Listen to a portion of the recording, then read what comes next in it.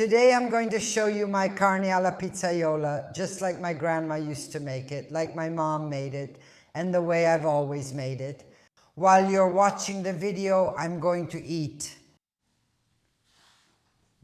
Let's get started right away with this simple and delicious recipe, of course using just a few basic ingredients like meat, tomato, garlic, and oregano.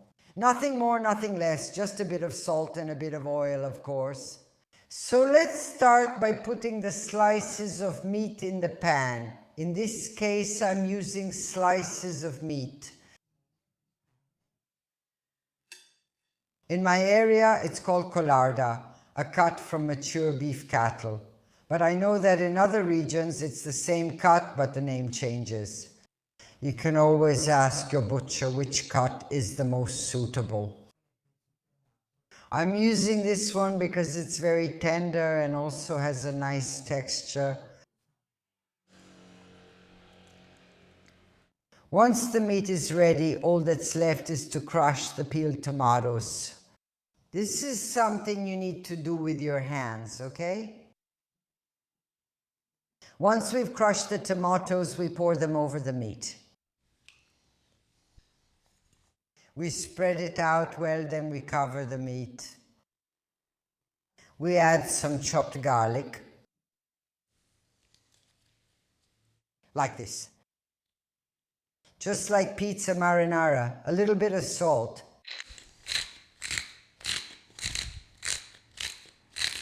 Oregano. A little more, a little less. Basically, the oregano is up to your taste, but you do need oregano. Otherwise, what kind of pizzaiola would it be? And of course, we add extra virgin olive oil. Here we go, a nice drizzle.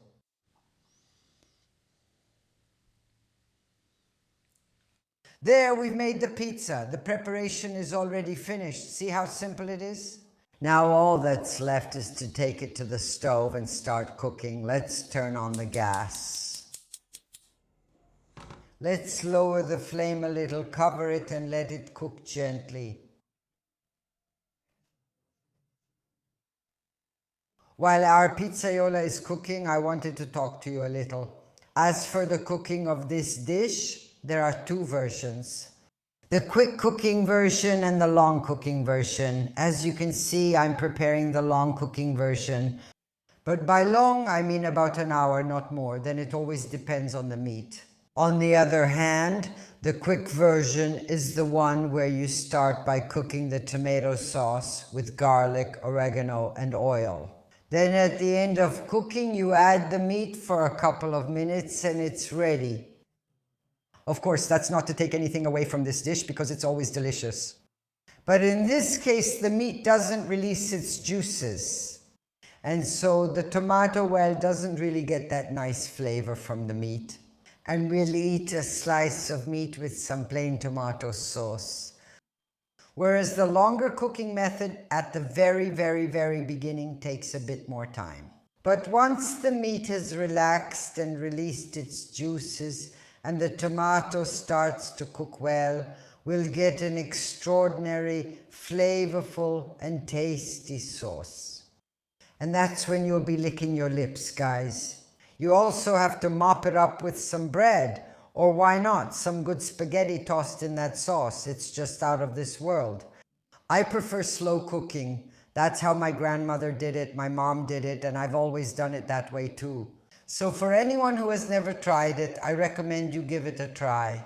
Please make sure to check on it from time to time, give it a stir, move it around, and if necessary, add a little bit of water until our meat becomes tender, okay? Then I'll show you the whole process step by step. Thank you. Thank you, thank you. Here our meat is cooking, it's cooking well, it needs its time, so let's check it often.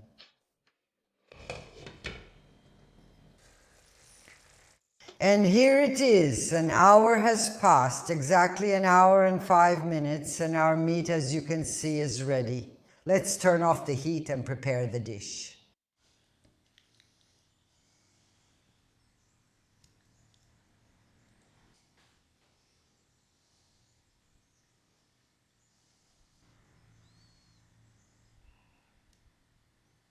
With the serving dish ready, this is a little extra, I place a fragrant basil leaf in the center to add a touch of freshness, and our pizzaiola style meat is ready to be brought to the table and enjoyed.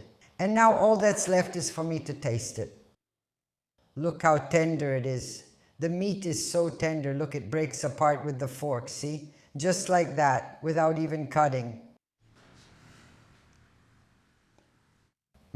Oh my goodness. And after that amazing bite, I say goodbye. I'll see you next time, and a kiss to all of you.